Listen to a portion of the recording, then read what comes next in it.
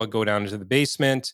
I do all the things that I know to do as a property manager. I check the furnace switch, I check the breaker, I check the pilot light.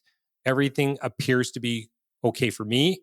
So, of course, the next thing then, I call HVAC technician, again, through our property management company. They're there within 1 or 2 hours. And then the technician gives me the bad news. The gas valve is gone. Well, a gas valve is $700 to $800.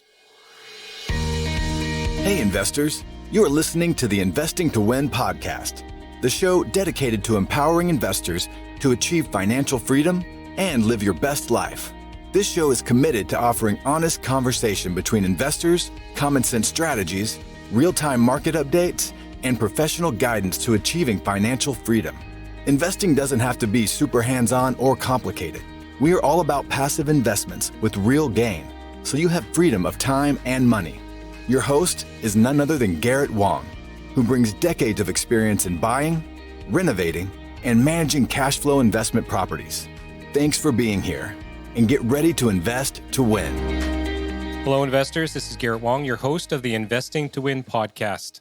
Today, I thought I would give you guys a little bit of an update on our Buttercup project. If for those of you who've been following along on social media or even listened to an earlier podcast episode, Buttercup is a legal secondary suite conversion project.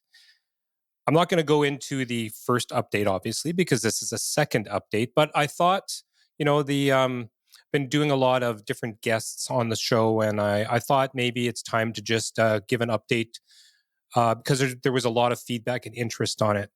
So what I will say is where I had left the first update was that we were doing and waiting for our development permit. Now, if you remember, there's two parts to the legal aspect of getting a secondary suite conversion approved. The first thing is getting your development permit, and the second thing is getting your actual building permit. So we submitted our development permit, and I made some mistakes. I'm not too ashamed to say that. This is my first time, even though I have extensive experience in doing lots of renovations and lots of projects and even building permits, but never a secondary suite. So I had gone onto the website. There's a list of 6 or 7 things that you need to submit, like your site plan and your square footage calculation, a whole plethora of things. And I had submitted everything. And after about 3.5, 4 weeks of submitting that, and keep in mind, we submitted this before possession because we wanted to get ahead of the game. So 3 to 4 weeks go by, and now I get an email saying, well, you're missing the main floor site or the main floor plans. And the main floor plans are necessary because they need to see the square footage to be able to calculate the overall square footage of both your secondary suite and your existing living areas to be able to apply that square footage calculation. And I had already submitted it, and I thought it was fine. I happened to be on vacation up north fishing when I got that email. So as soon as I got back, and I admit I was rushing, I sent them an email just saying, I already sent you the main floor plans. What is wrong here? Now, the thing that's frustrating for me is they say on the city permit portal that it takes a good 2 to 3 weeks for a permit to be processed. What I've found, however, is it takes 2 to 3 weeks on average for a communication to come back. So even though I said and asked a question, what's wrong with my floor plan? It took 3 weeks for them to respond to me and say, well, you need this, this, and this for your floor plan. I'm like, okay, fine. So then I submit those floor plans again. And I looked at every single thing that they had there and it seemed fine. So I made a little bit of an adjustment to some of the labeling, sent it back in, didn't hear anything for 3 weeks. 3 weeks later, it's rejected again. So while that doesn't seem to be that big of a deal, think about waiting 3 weeks for each piece of feedback. This happened 3 times. 3 times 3 by my last memory is 9 weeks. So now we're 2 months behind because I made a mistake. So, I want to talk about the power of networking, the power of a coffee conversation. I'm busy. I had someone in the, I guess, call it our real estate community locally here in one of our investment clubs, reach out to me and say, "Hey, saw you on social media. Would love to, like, go for coffee." And I just did a secondary suite conversion. I'll tell you everything that I learned and all the mistakes. And I had kind of put that off for a couple of weeks because I was busy. And I finally said, you know what? After this last thing, I'm just going to go. Did it on a Sunday morning. And wow, what life changing information, because he came and we had coffee and he showed me his floor plans and just speaking about, he was just like, okay, well, what does your drafting person say? And here's the thing, I was my own drafting person. Not to say that there's anything wrong with that.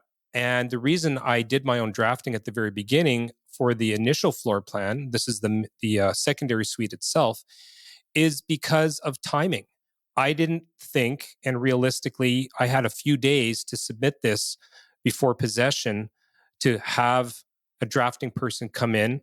Obviously, we had only had the 2 visits pre-possession that were built into our sales contract as conditions. And I had burnt up both of those already, or one of them already, with contractor visits. So the second one was like in the next day. So I went to Home Depot. I bought a really good Bluetooth laser measuring tool. I did all my site measurements, and then I learned AutoCAD myself. I'm good with computers. I'm a nerd. So, I mean, make no mistake, this was kind of fun for me. And it was overall a good experience and very beneficial, because what ended up happening is the layout of this basement had what you would naturally think, okay, there was already a door that led into the basement, the bathroom on the left, maybe that, kitchen on the right, where there was a wet bar. But there was a floor drain right there as soon as you walk in. And myself and my kitchen guy and everybody that were walking through there, all the contractors, were just kind of talking about where to place these rooms according to where the entrance of this was already there. So the benefit of doing my own AutoCAD was I started thinking outside the box and saying, okay, this doesn't work there. I don't want a floor drain, even if I put a cover on it as soon as I walk into this brand new unit. What can I do that's different? And because I had these plans, I was able to go and slide things around. Okay, I'm going to move a closet here, slide this wall over, and it's giving me my overall square footage.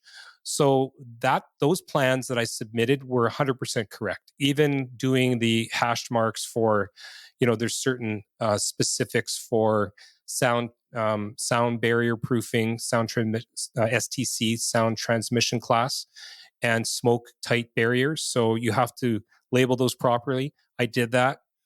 What I didn't do, however, was I had an existing main floor plan that was a product of us just going through and doing a virtual tour, which was, it looked different than the downstairs floor plans that I had submitted.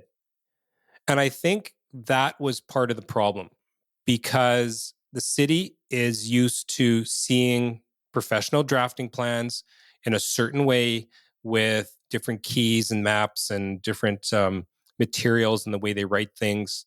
And I didn't have that. Mine was a completely good dimensional floor plan. It was accurate. It was out of an AutoCAD program, but it wasn't quite the same. So what came out of this coffee conversation was, why didn't you use a drafting person? And what do they say about this main floor? And I'm like, well, I didn't use one. And then the light bulb went off, because the reason I didn't use one was because of that timing part. But there's no reason I couldn't get a drafting person to come in now. So that was the big takeaway. I always say there's always going to be one takeaway out of every conference meeting. Doesn't matter how insignificant or how much you don't want to go there, or even a networking event, you're going to get something from it. And that was my big takeaway. And so he actually recommended to me his drafting person, called him up. He came out 2 days later, did his field measurements. 3 days after that, I had complete plans that I have now submitted to the city. And I'm 100% confident that they're going to go through because this guy actually has like 10 years experience in only mainly specializing in secondary suite conversions and drafting plans. So he knew the calculations, the square footage calculations. He knew what they needed to see. And I have almost 100% confidence that it's going to go through. And when I say going to go through, because it's been 3 weeks, I'm expecting those plans to be approved any day, get my development permit, and then we can finally get our building permit going. And the project, even though it's 2 months behind, that's fine. Did you know that there is a big difference between investing in real estate and becoming a real estate investor? People become real estate investors all the time. They get into a flip or conversion project, or even dealing with long-term tenants, and they come back to us to tell us the same thing. It's like having another full-time job. I don't know about you, but that's not what we call investing. Investing in real estate is about having your money work for you in a way that is passive, consistent, most importantly, hands-off. So which one are you? Do you want to be a real estate investor, or do you want to invest in real estate? For those that are open to investing in real estate and having your money work for you, listen up. Garret Wong has spent decades helping thousands of property owners navigate the ins and outs of property investing and management through his award-winning company, Upper Edge Property Management. Their new division, Upper Edge Capital, is currently involved in multiple projects, from single-family flips to multifamily development. Are you looking for a healthy return on your invested capital, or perhaps becoming a joint venture partner? If so, go to www.upperedgecapital.com/invest to book a time to speak with Garret and his team to see if there is a fit. Once again, the link is www.upperedgecapital.com/invest. Now, back to the show.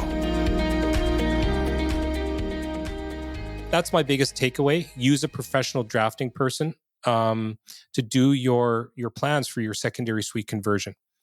Okay, so now on to the update portion, because the building hasn't just been sitting there the whole time. If you recall, before possession, I had the roofing crew go through and I had the window crew go through, take the window measurements to get those into production. And I wanted the roofing crew to go through and give me an estimate so I could book that. Because we were talking about late September, early October already.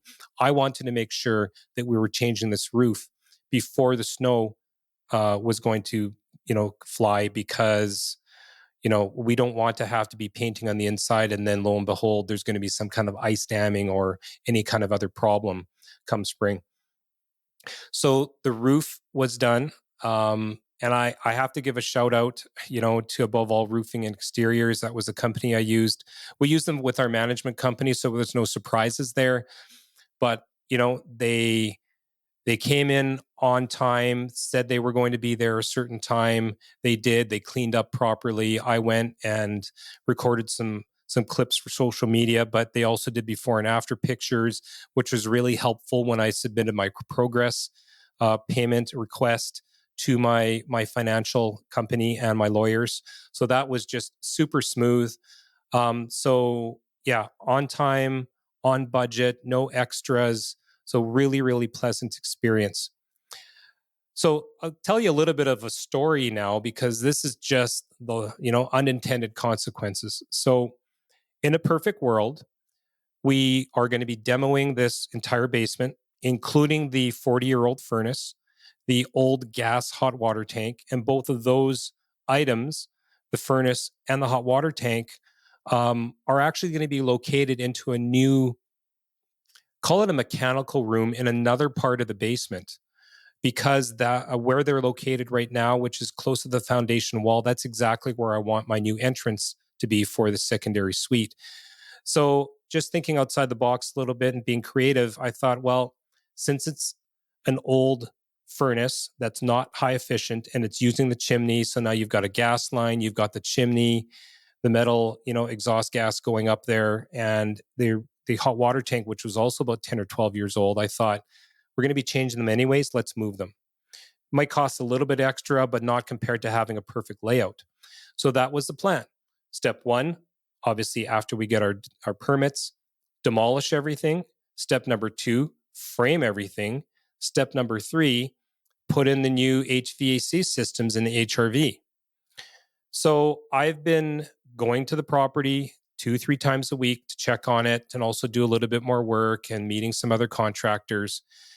And about a week and a half ago, I go in and it's cold here, but not that cold. It's about, I don't know, 0 degrees, 1 degree Celsius outside. I go inside the house and the furnace has been running and it's like 12 degrees in the house. Okay. 45 degrees Fahrenheit. Yeah. So I'm like, okay, I know it was on 3 days ago. I go down into the basement. I do all the things that I know to do as a property manager. I check the furnace switch. I check the breaker. I check the pilot light. Everything appears to be okay for me. So, of course, the next thing then I call HVAC technician again through our property management company. They're there within 1 or 2 hours. And then the technician gives me the bad news. The gas valve is gone. Well, a gas valve is $700 to $800. So now we can't demolish. We're not where we need to be because we don't have our permits yet. So I can't exactly move this furnace. So what do? Do I pay $800 to fix a furnace that might be yanked out and basically chucked into the garbage in 2-3 weeks? I didn't want to do it. So the alternative, of course, is putting in a furnace, now the new furnace, into an imaginary place where there's no walls yet, and hoping that then we can somehow demolish around it and not damage it, not get too much dust into it. I literally had no choice. So I spoke to my HVAC company. We came up with a plan. And yeah, they came, 2-3 days later. We put some temporary heat in and they started making preparations. And there came yet another hiccup. So where the drafting person and myself had chosen to have this furnace was located maybe, I don't know, call it 10 feet along the main beam where the soffit and the plenum were going to be for the cold air return in the heat venting. And normally, again, everything would be a blank slate. All of the walls would be demoed. Well, would you know it, I happen to be there on the day that they are installing this furnace, and I measure it out. I draw a blue tape line on the floor where this wall is supposed to be, and where the furnace was going to go, it's exactly where the existing wall is for this furnace room, for the old furnace room.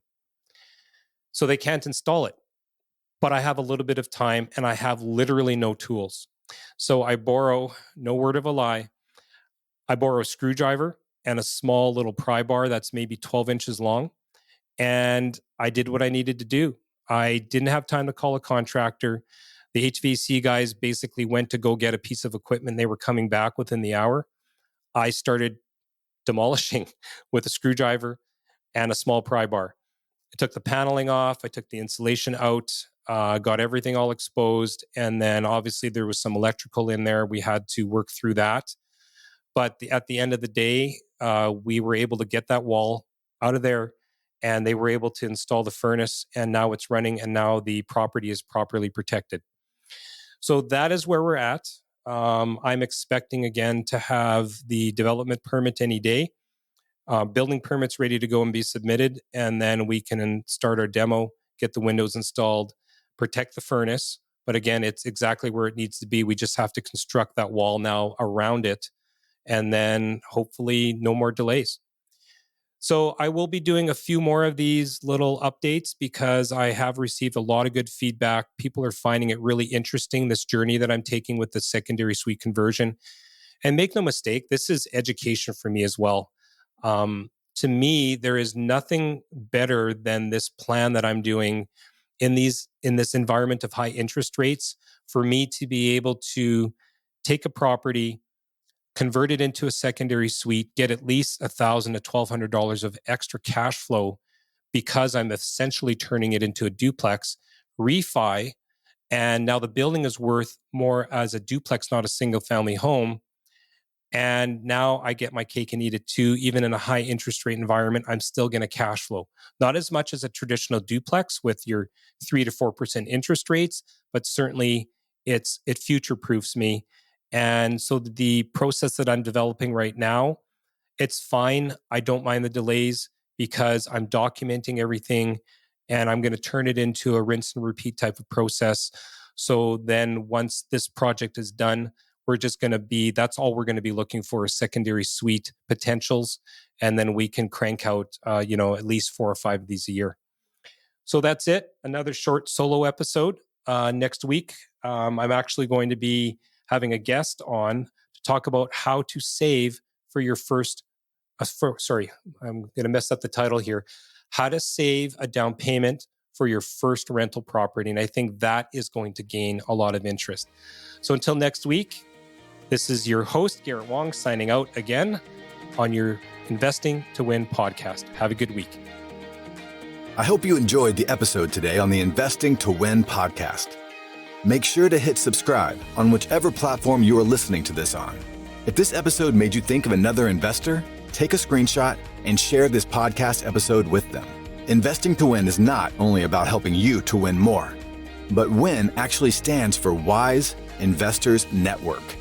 It's where we help our investors build a hands-off portfolio and have passive investments work for them.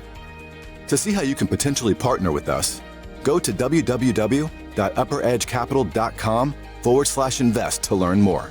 Once again, the link is www.upperedgecapital.com/invest. All links can be found in the description below. Until next time.